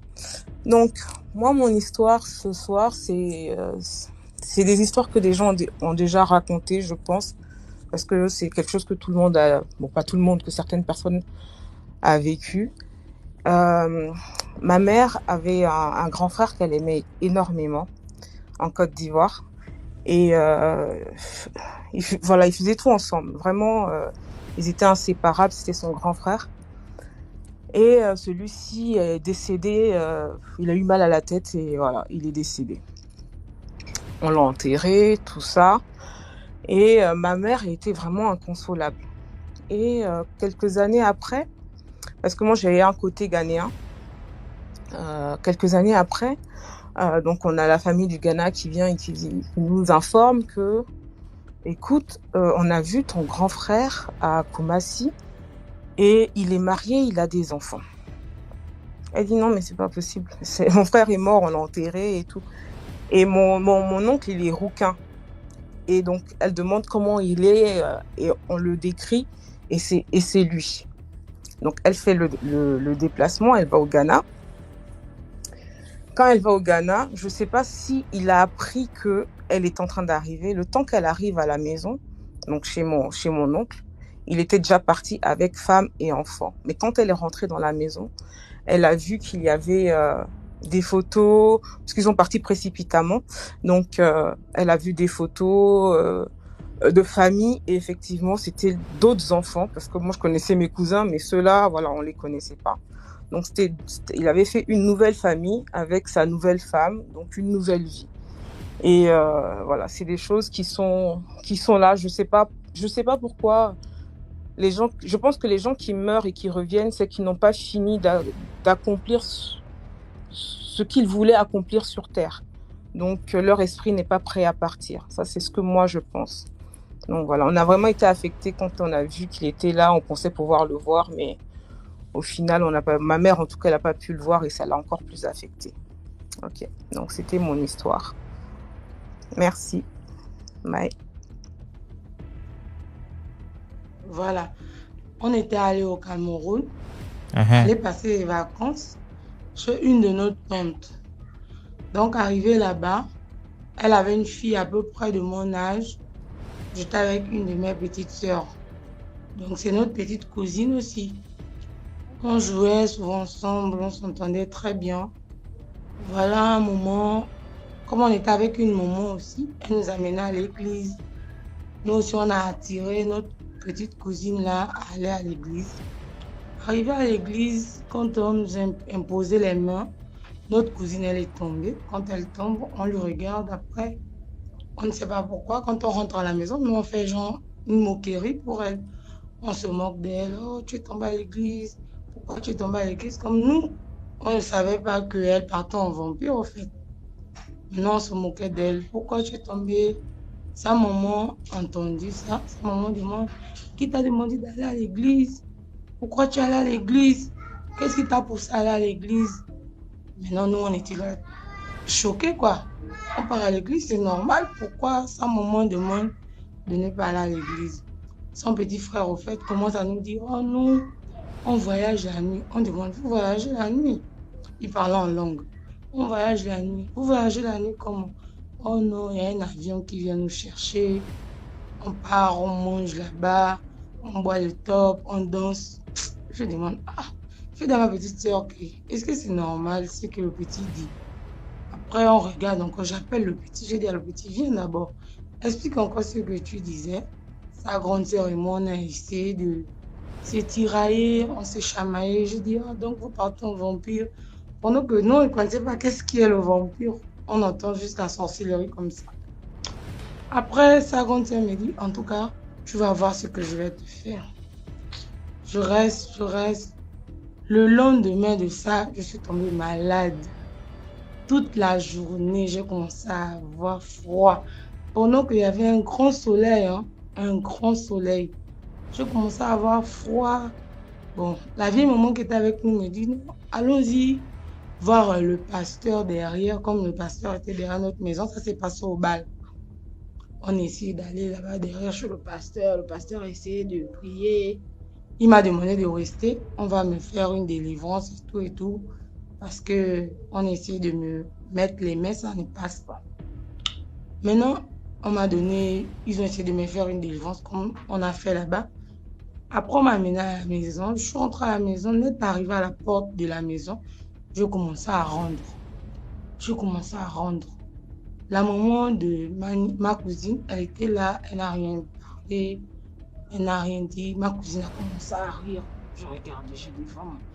Bon, maintenant, le pasteur nous a dit, c'est une sorcière. Elle essaie de faire quelque chose sur toi. Si vous voulez croire vraiment qu'elle est une sorcière, essayez de lui blesser la nuit quand elle va dormir. On a payé la lame. Oui, ma petite soeur, on a commencé à dormir puisqu'on dormait avec elle. On a dormi. J'ai dit à ma petite soeur, blesse-la. Ma petite soeur me dit, non, toi, blesse-la. J'ai dit, blesse-la. Ma petite soeur me dit, non, blesse-la, toi. J'ai dit, mais si on lui blesse, et le matin, parce qu'elle ne va pas sentir maintenant si elle est sortie. Mais le matin, si elle se réveille, elle va venir trouver la blessure. On va raconter ça comment. On est resté, ma petite soeur me dit, en tout cas, laissons-la comme ça. On est resté. C'était ça juste mon histoire, quoi. Bon, merci, bonne soirée. D'accord. Merci beaucoup, Denis, pour l'histoire. Bonsoir. Bonsoir. Je suis très heureuse de passer sur votre live. Nous aussi. On est heureux de t'avoir dans notre live. Lamine Nazwa. Yeah. Allô? Hein? Allô? Non, je refuse. Et l'autre là, tu as dit quoi? Hein? Je refuse l'autre là. Ça veut dire quoi? Non. J'ai dit Nazwa, ça dit j'arrive. On m'appelait non, dehors. Ah, ok. Je suis à Oussafon. C'est ma mère qui a appelé mon prénom au salon. Je ne maîtrise pas. Hein. On parle en français. Non, du tout. Nazwa, ça veut dire j'arrive. Pour ceux qui entendent là où ça. Ok. Voilà. L'histoire que je vais raconter, je suis au Gabon. L'histoire que je vais raconter, ça remonte à 2009. Voilà. Je devais aller à un concert. Comment on l'appelle là? Claudie Siard était arrivée au Gabon à l'occasion d'un événement. Donc du coup, je suis allée. Vu que j'ai toujours pour habitude de sortir seule, même quand je vais dans mes coups fourrés, je vais toujours seule. Voici comment je suis allée. Ça se passait à la Cité de la Démocratie, plus précisément à la salle de banquet. Ceux qui sont au Gabon le savent, connaissent l'endroit. Donc voici comment je suis allée. Je suis venue plus tôt. On nous a demandé d'attendre que ça devait démarrer aux environs de 21h. Voici comment j'étais dehors avec des gens aussi qui attendaient qu'on ouvre les portes. C'est un véhicule qui vient garer devant moi et qui me demande qu'est-ce que je faisais là. Je dis non, je suis en train d'attendre qu'on ouvre la salle des banquets parce qu'il y a un événement. Le monsieur me dit ah ok d'accord. Mais entre-temps, vu qu'ils n'ont pas encore ouvert, est-ce que je peux vous inviter à prendre un verre? Je refuse pas. Je dis ok d'accord, allons-y. Voici comment je suis montée. Il est ressorti de la cité de la démo, il est ressorti. On a foncé tout droit vers le bord de mer. On s'est arrêté à un endroit, on a pris un verre, j'ai pris un coca. On a papoté un peu pendant environ 1 heure et tout. J'ai dit environ 1 heure ou 40 minutes par là. Il me dit, ça où je dis non, je pense que là c'est déjà ouvert là-bas parce qu'il était déjà 21h passé. J'ai dit, ben je pense que là c'est déjà ouvert. Donc je veux que tu me ramènes. Il m'a dit, ok. Mais avant de te ramener, je vais d'abord prendre un de mes amis. Je dis, ok, il n'y a pas de souci. Quand on est allé, il a pris son ami, puisque j'étais assise à la cabine. Quand il a voulu prendre son ami, je suis descendue de la cabine pour être derrière. Sans qu'il ne me le demande, hein. Je suis descendue pour aller à l'arrière. Je me suis assise à l'arrière. Ainsi comment on arrive au lieu exact là où se passe l'événement. Je demande à descendre. Monsieur me dit non, non, non, non. Je dépose mon ami et je viens te déposer. Je dis mais comment? Il faut d'abord me déposer et ensuite tu iras déposer ton ami. Pourquoi tu me demandes que je t'accompagne à aller déposer ton ami? Il insiste. Je dis ok. Vu qu'il est en position de force, c'est lui qui est au volant. Je n'ai pas le choix. Et comme ça, il roule. Je n'avais jamais découvert les profondeurs de la cité de la démocratie, mais ce jour-là, je l'ai découvert. On a roulé dans la brousse. Je n'ai jamais su qu'il y avait la brousse comme ça là-bas. On roule. Je commence à prendre peur. Je dis, mais attends, c'est loin comme ça, pourquoi tu me... Je commence à paniquer. Il a senti la peur dans ma voix. Quand j'ai commencé à beaucoup parler, il m'a répondu avec un ton. Le monsieur qui riait il y a quelques instants, qui riait avec moi, est devenu un monstre, je peux dire, un dragon qui s'est transformé. Il m'a crié dessus, tais-toi, tu te calmes. J'ai dit que quoi? Ça, je crois que je vais encore voir aujourd'hui là, qui m'a envoyé. Je me suis tué. Il a roulé jusqu'on est arrivé.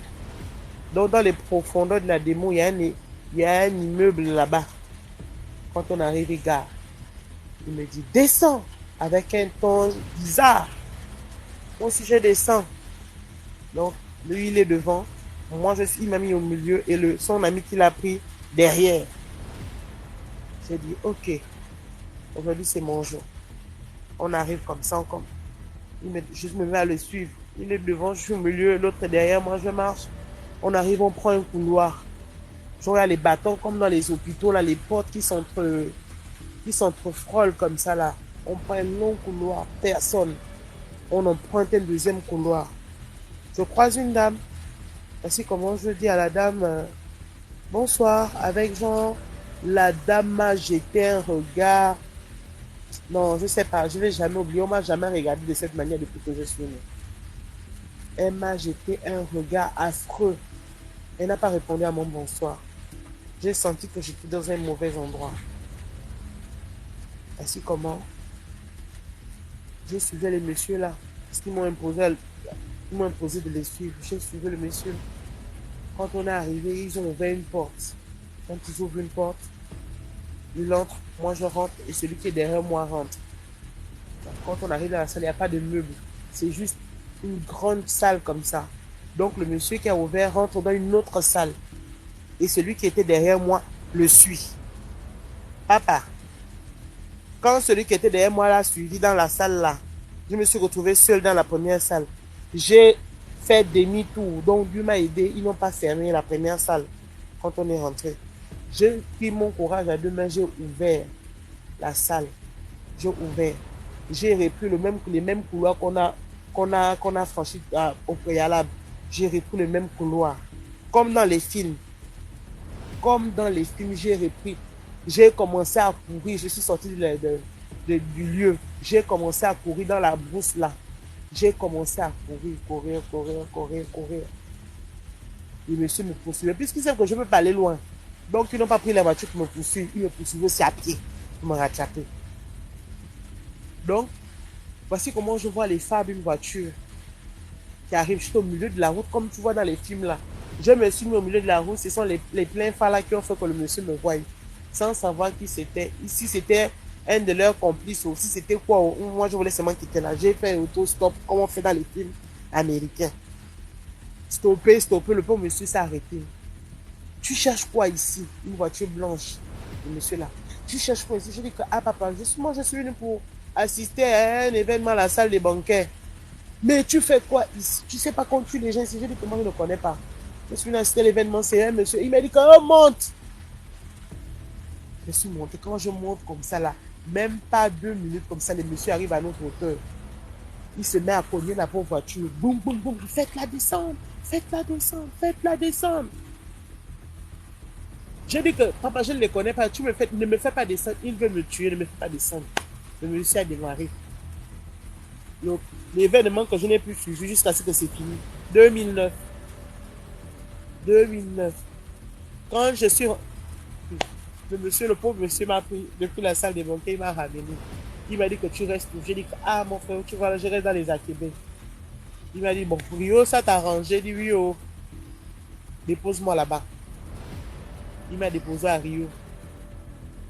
Le jour-là, je suis rentré à la maison pétrifié. Et je ne pouvais pas raconter parce que moi, j'aimais trop les balades. C'est vrai que je me baladais souvent, j'aimais trop. Mais si je racontais ça à la maison ou à un parent, on ne devait jamais accepter que je sorte en.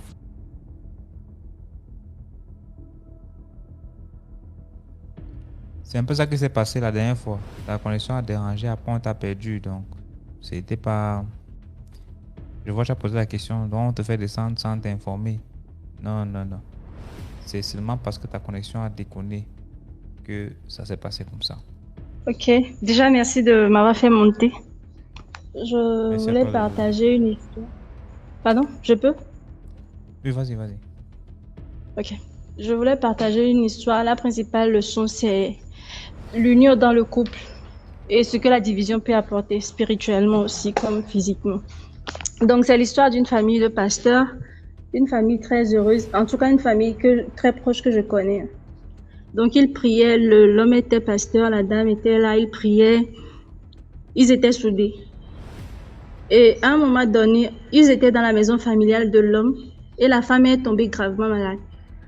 Elle était dans le coma. Après, dans les prières, on a dit que c'est la sorcellerie dans la maison du monsieur.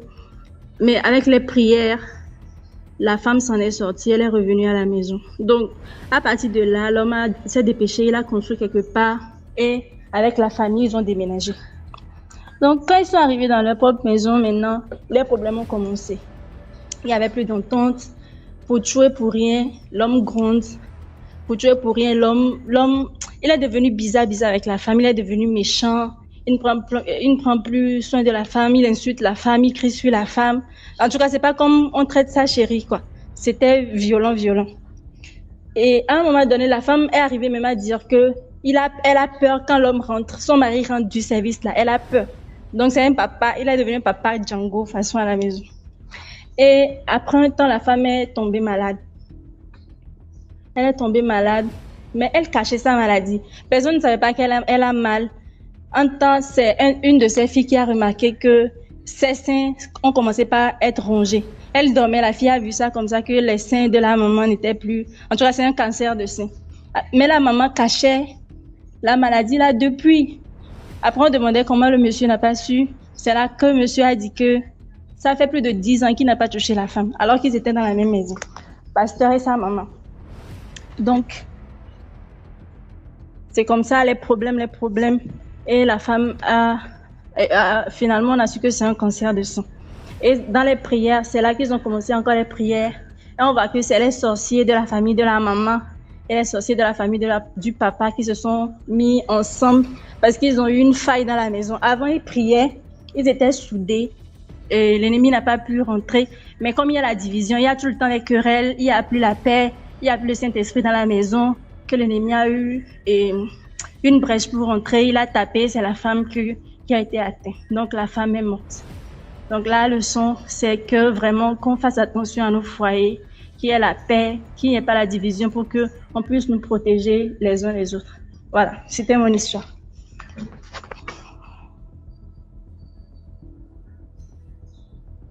Merci beaucoup pour l'histoire. Oui, bonsoir.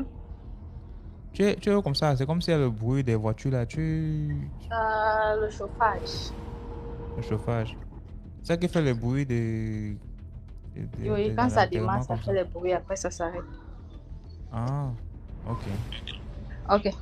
L'histoire que je vais raconter... La chaîne YouTube, c'est DMG TV. DMG TV sur YouTube. Le nom qui est là en haut là. DMG TV. Sur YouTube, sur Facebook, sur TikTok, c'est le même nom. Ton histoire, s'il te plaît.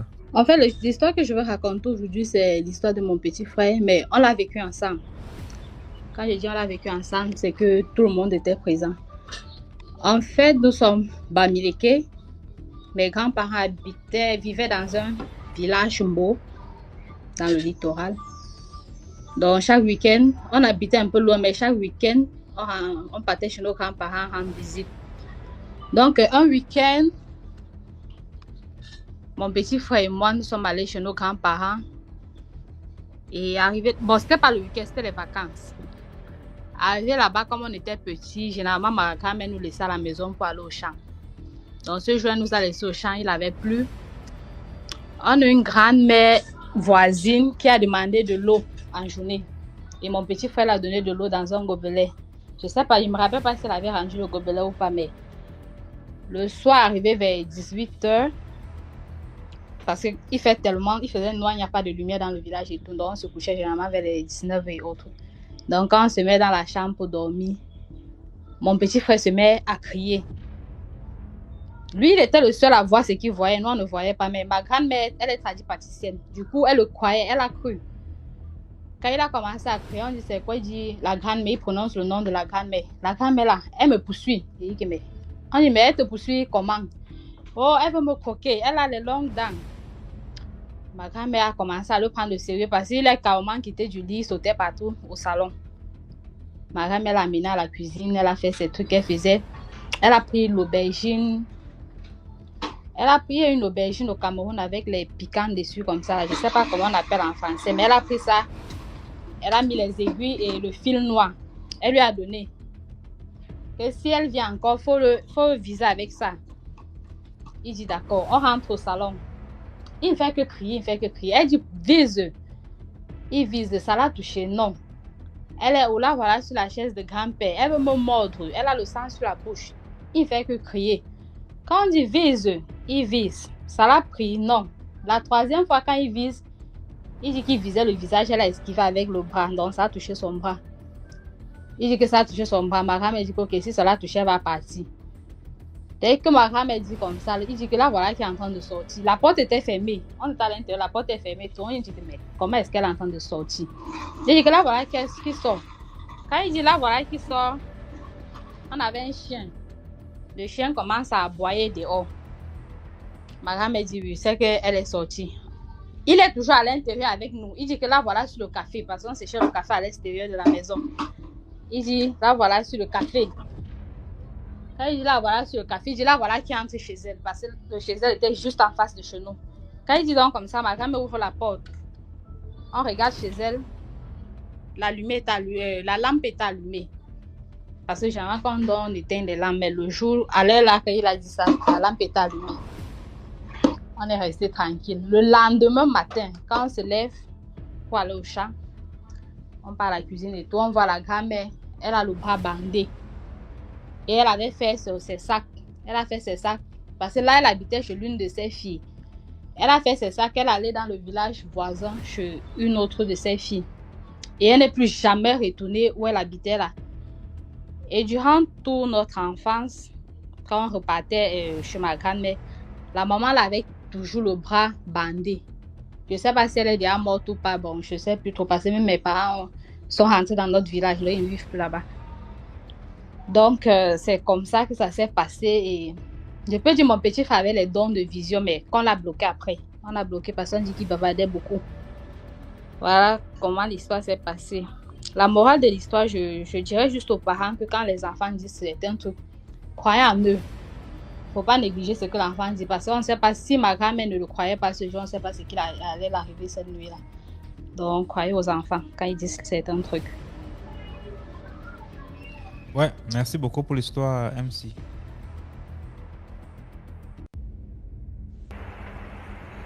Allô? Bonsoir, Bonsoir, comment tu vas? je vais très bien. Et vous, ça va? Ça va très bien. Tu as le nom d'une ancienne camarade comme ça. Pardon? Tu as le nom Mon... nom d'une camarade de classe à moi, une ancienne camarade. Ah, ok. Ok. Au fait, l'histoire, c'est... Bon, en fait, je sais même pas ce que c'est une histoire, mais j'aimerais avoir des conseils par rapport à toutes les personnes qui sont connectées. Peut-être qu'ils peuvent traduire un peu l'histoire parce que ça ne me concerne pas. Elle est courte, au fait. Donc, je vais raconter. C'est ma tante, au fait. Ça s'est passé il y a 3 semaines à Libreville parce que je suis au Gabon. Ma tante, elle est jumelle. Donc, elle est jumelle avec un garçon. Donc, du coup, elle travaille dans une structure de la place. Elle a ouvert un magasin, une petite boutique à bonbons dans une structure de la place, en tout cas. Donc, c'était, je pense, un dimanche soir. Elle sortait du boulot. C'était un dimanche. Elle sortait du boulot, elle rentrait déjà. Comme elle reste un peu, je peux dire quoi, elle reste vers l'aéroport. Donc, elle a marché un peu du Tsunami. Elle travaille au Tsunami. Elle a marché du Tsunami jusqu'au bord de mer pour aller prendre son taxi pour se rendre chez elle.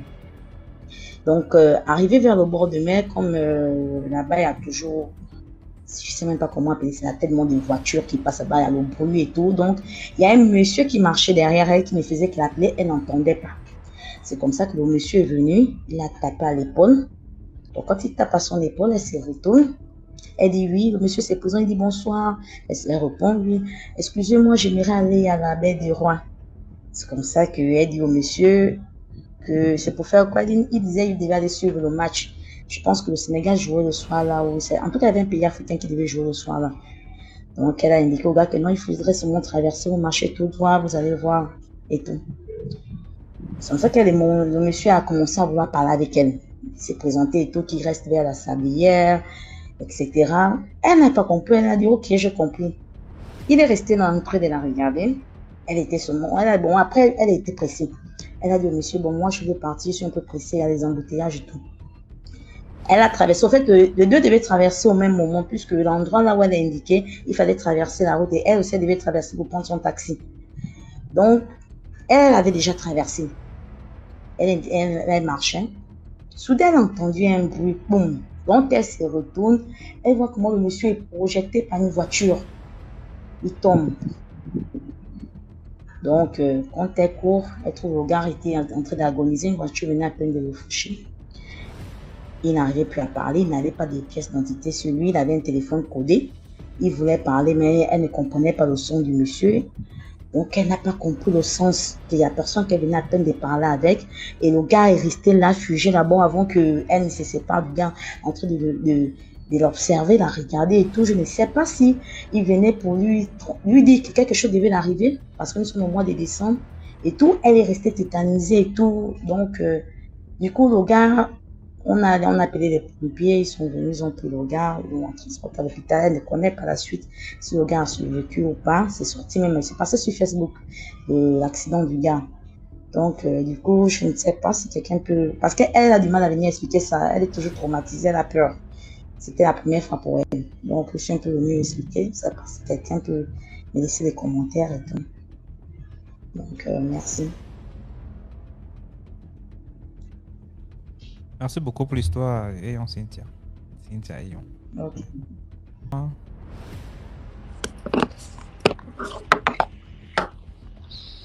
Bonsoir, Boum. Salut, quoi, frère? Ah, je suis là, j'ai même pas envoyé la demande, hein, mais je sais pas comment j'ai fait pour monter là. Bon, mais c'est correct. Je peux raconter une histoire juste vite fait.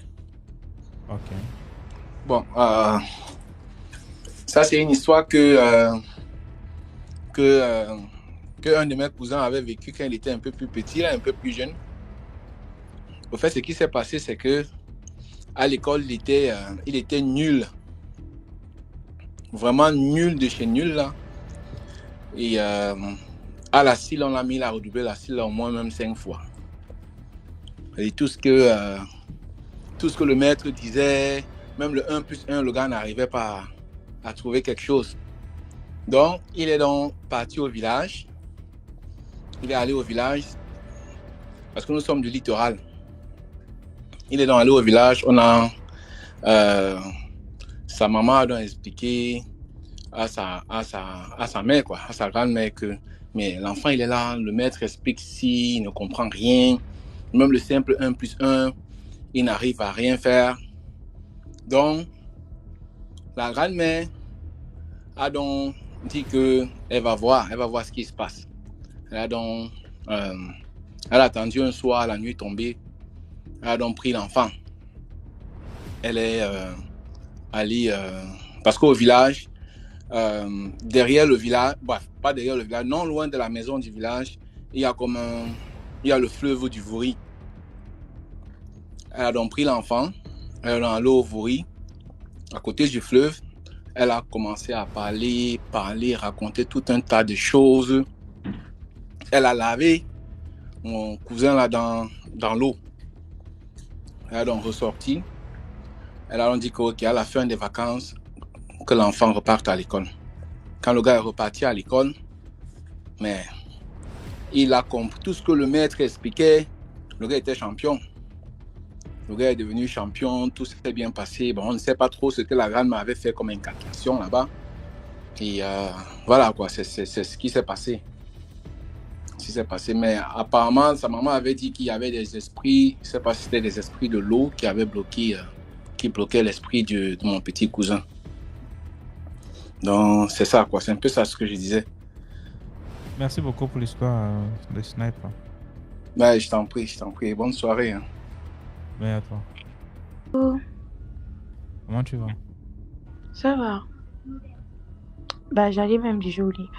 Bon, je vais raconter une histoire et cette histoire me concerne totalement du début jusqu'à la fin. Notons, on va pas appeler les gens par les noms, on va appeler par X ou Y. Donc, du coup, l'histoire se passe. Tristan, je suis au téléphone, je vais me déplacer une minute. L'histoire se passe à Libreville. Donc, j'ai fait la rencontre d'un monsieur sur les réseaux sociaux et on se parlait pas totalement. Bon, je n'étais pas vraiment active avec la personne et tout, mais après on a commencé à s'écrire.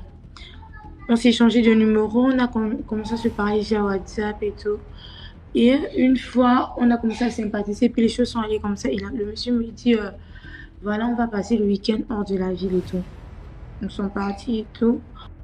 Mais en allant au week-end, j'ai la fâcheuse habitude que la toute première fois, je ne dors pas de la nuit. Et j'ai pas dormi de la nuit, j'étais complètement éveillée, j'ai attendu dormir au petit matin. Mais nous sommes allés en déplacement, c'était pour un décès. Et arrivé sur place, moi je suis complètement restée à l'hôtel, je suis pas allée au lieu du décès. La deuxième fois, la deuxième nuit, je me suis quand même endormie. Mais quand je me réveille, je trouve que le monsieur m'a fait près de plus de 7 appels manqués. Il était presque 5 heures pour me dire, oh, voilà, je vais au décès et tout, machin. J'ai dit, ok, d'accord. Nous sommes revenus sur Libreville, je suis repartie chez moi et tout, nous nous sommes séparés. Quelques semaines après, il me fait savoir qu'il est allé au Bénin. Et tout, on se verra à son retour. J'ai dit, ok. Il est revenu du Bénin. À son retour du Bénin, il me dit, ouais, je vais passer chez toi et tout. Est-ce qu'on peut se voir? J'ai dit, oui, tu peux passer chez moi. Il est venu chez moi. Il me dit, j'espère que tu vas bien et tout et tout. Oui, je lui dis, oui, je vais bien. On s'est parlé. Il est parti. Je crois que 2 ou 4 jours après, il a eu un accident au niveau d'Akonda. Un accident hyper grave. Le monsieur qui s'est fait faucher par sa voiture, il a eu une mâchoire déboîtée. Directement interné à l'hôpital militaire et tout. C'était grave, donc je suis partie sur les lieux, j'ai accompagné et tout et tout. Mais le truc, c'est que quelques temps après, un autre de ces véhicules fait l'accident. Et là, je comprends pas, je me pose des questions avec mes soeurs et puis j'ai dit, ben, c'est quoi ça? Je comprends pas, je reste vraiment scotchée et je prends vraiment peur. Mais comme je suis quelqu'un qui prie quand même, je suis dans une famille chrétienne et là, un soir, comme s'il arrive chez moi, il me dit, je vais te dire un truc et tout, j'espère que ça va pas te faire peur et tout et tout et tout. J'ai dit non, je vais pas avoir peur et tout. Oh non, voilà, je suis franc-maçon et tout, j'espère que t'as pas peur. J'ai dit, t'es franc-maçon? Oui, je suis franc-maçon. J'ai dit, waouh, d'accord. Sinon, ça fait quoi d'être franc-maçon et tout? Non, je suis franc-maçon, mais je tue pas, voilà et tout. J'ai dit, mais non, pourquoi tu me dis ça et tout? Oh non, c'est parce que je t'aime bien et puis ma femme essaie que je fais ça et tout. Je dis, bon, moi, je vais pas savoir, je suis pas intéressée vu que je veux rien savoir de ça. Je veux plus que tu m'écrives, je veux plus que tu m'appelles et tout. Il est parti. Et il a continué à m'appeler, à m'écrire et tout, machin. Et il a commencé à débarquer chez moi comme si c'était chez lui. Il n'appelait pas, il passait et tout et tout et tout. J'ai dit, bon, ok. Il est venu, il passait, on se parlait et tout quand même, mais j'avais quand même pas l'envie. Et après une fois, il me dit, je suis en train de repartir au Bénin, je pense que on se reverra qu'à mon retour parce que là vraiment ça urge. J'ai vraiment des problèmes avec mes véhicules et tout machin, j'ai vraiment des problèmes avec mes affaires, il faut que j'aille. J'ai dit, ok, d'accord, vas-y et tout, on se parle plus tard et on se reverra plus tard. Alors, il est parti quelques temps après. Je suis restée. On s'écrivait via WhatsApp et tout machin. Il me dit, je suis partie chez mon féticheur et mon féticheur m'a dit que je dois te parler. J'ai dit, ton féticheur t'a dit que tu vas me parler. Il t'a dit de me dire quoi? Que quand je te parle, tu es à A, moi je suis à Y et c'est pas bon. Il faut que je fasse un truc sur toi pour que tu te calmes. J'ai dit, c'est ce que ton féticheur a demandé que tu me dises. Il me dit oui. J'ai dit, bon, dis à ton féticheur qu'il ne me connaît pas, je ne me connais pas. Donc, qu'il arrête de me consulter. Si tu es allé là-bas, c'est pas pour qu'il me consulte. Il m'a dit, oh non, faut pas prendre ça. Mal et tout et tout et tout. C'était juste. J'ai dit, non, tu dis à ton féticheur de pas me consulter parce qu'on n'a rien en commun. Il ne me consulte pas du tout. Donc, je lui dis de plus faire ça. Et je dors. La soirée qui suit, du 23, je commence à avoir des effets bizarres. Je commence par me brûler les cheveux avec un fer à cheveux. Ensuite, je commence à avoir des fortes démangeaisons pelviennes. Je ne comprends pas. Vu que, notons que je suis célibataire, j'ai pas de copain. Je comprends pas. Je vais à l'hôpital et on me dit, là, j'ai des chlamydia plus. Je m'interroge parce que où je vis, c'est très propre. J'ai pas de petits copains. Donc, j'appelle ma mère, je dis à ma mère que voilà, j'étais à l'hôpital et j'ai des problèmes vraiment de ouf. Elle me dit non, là c'est quand même bizarre. Il faudrait qu'on aille au niveau de Akonda, ils ont un centre là-bas et puis on va faire encore un peu plus et je vais le résultat est pareil. Je reviens à la maison, je dis que bon, je vais revoir le même généraliste et tout pour qu'il me prescrive un traitement. Et là la nuit, comme par hasard, vers 19h, je remarque sur mes jambes, j'ai 2 abcès qui sont sortis. Sur la jambe gauche et sur la jambe droite, les 2 au même niveau. Je ne comprends pas, je panique, je me dis peut-être ce sont des vers de cariotes. Je vais voir ma voisine, je lui dis, regarde, j'ai des boutons qui sont sortis là. Essaie un peu de m'appuyer, ça c'est quoi? C'est devait des carottes ou quoi? J'ai dû porter des habits que j'ai pas dû repasser ou quoi? Elle me dit non, ça c'est pas devait des carottes. Et je dors. Je me réveille à 4 h du matin pour faire la prière et là, je tombe de ouf. Je me retrouve avec un troisième bouton, mais qui est encore sorti un peu plus grave que ça. Je comprends pas. Je repars le matin à l'hôpital. Je dis au généraliste que voilà, là, je reviens pour autre chose. Maintenant, j'ai des boutons. Il dit comme par hasard, ouais, toi, tu as beaucoup de problèmes de peau, apparemment. Hein. Tu as vraiment beaucoup de problèmes de peau, là. Ça devient vraiment perplexe. Je dis, ouais, je ne sais pas. Il me prescrit un traitement. Je repars à la maison. La nuit, j'arrive pas à dormir. Mais même pas du tout. J'ai pas de sommeil. Non, j'avais pas de MST. Parce que pour avoir des MST, il faut avoir des rapports sexuels. Donc, j'avais pas de MST. Je vais donc du coup dormir, mais je n'arrive pas à dormir parce que je ressens une forte présence sur moi. Et quand je reviens, je me réveille dans la nuit, j'ai l'impression que j'ai eu un rapport sexuel. Et ça, c'est vraiment très grave. Donc du coup, j'appelle l'une de mes petites sœurs qui vient avec moi. Elle me dit non, le lendemain, on ira à l'église. Et quand je viens à l'église, complètement, avant d'aller à l'église, j'ai écrit au monsieur pour dire que voilà, chérie, voilà, je vais me déplacer parce que je ne me sens pas bien. J'ai des abcès au niveau des pieds qui sont sortis. Il me répond carrément, quoi, depuis que tu vas à l'hôpital, c'est juste pour ça. J'ai dit, c'est juste pour ça, comment? Il me dit, oui, je suis malade, non? Pourquoi tu vas à l'hôpital? C'est juste pour ça. Quand j'ai pas compris sur le coup, je suis partie. J'ai fait 3 jours à l'église et c'était vraiment bizarre parce que les révélations qui sont sorties, c'était tout coïncidait avec le voyage et tout. Et pendant que je suivais le travail des 3 jours, il m'a carrément bloqué. Il m'avait bloqué sur les réseaux. Il m'a bloqué sur toutes les plateformes. Je n'avais plus de contact, ni le numéro du Bénin, ni celui du Gabon. Partout. Il m'a bloqué sur toutes les plateformes. Et là, je ne comprenais pas. Et ma petite soeur, elle a essayé de l'écrire et tout. Il dit à ma petite soeur, ouais, tu m'écris pourquoi? C'est quoi? Il ne faut pas m'écrire. Je n'ai pas de contact avec toi, je n'ai pas d'affinité avec toi. Donc, m'écris plus. Il a bloqué ma petite soeur.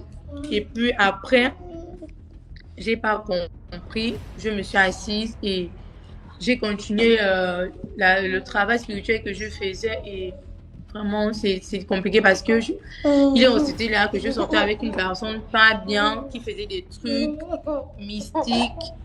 Et tout ce que je peux dire, c'est que vraiment, il faudrait qu'on fasse vraiment très attention à nos fréquentations et à des personnes qu'on choisit d'inviter dans nos vies. Parce que ce sont des choses réelles, ce sont des choses qui existent. Sur le coup, on se dit que ce sont des maladies peut-être normales ou bien des choses qui peuvent arriver. Mais après, s'il n'y a pas un côté spirituel, on va perdre la vie, bêtement. Et c'est ce que je voulais dire et je voulais interpréter plusieurs jeunes filles qu'on a tendance à aller rapidement sans vraiment prendre le temps de connaître la personne, bien de chercher à connaître qui est réellement la personne et après on se cogne le pied. Donc c'était un peu ça et tout. Donc voilà. Merci beaucoup Jessica pour ton histoire.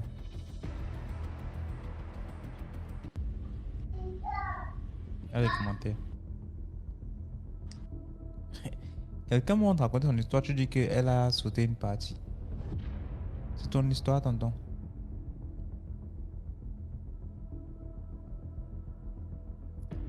Donc, on a 353 000 likes. On a 293 partages. On a les cadeaux. Il y a une qui n'aime pas quand on lit son nom. Vanessa, Sarah, l'ami de Dieu, Théo. Donc, on arrive au terme de cette émission, là, la rediffusion. Ceux qui ont manqué les premières histoires, c'est sur YouTube, 12h00.